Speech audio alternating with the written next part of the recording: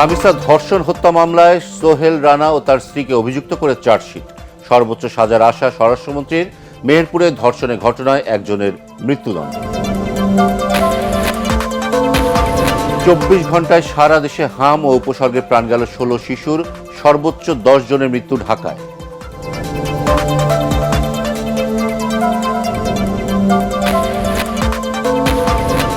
Solar plant প্রকল্প দেশের ভবিষ্যৎ উন্নয়নের প্রতীক, মন্তব্য প্রধানমন্ত্রীর। সংসদ ভবনে 1 মেগাওয়াট রুফটপ সৌর বিদ্যুৎ ব্যবস্থার উদ্বোধন। সড়ক দুর্ঘটনায় ফরিদপুর ও টাঙ্গাইলে অন্তত 8 জন নিহত। ঈদযাত্রায় সোমবার থেকে 10টি বিশেষ ট্রেন চালু। সড়কে বিপত্তি ঘটবে না, আশা সেতুমন্ত্রী।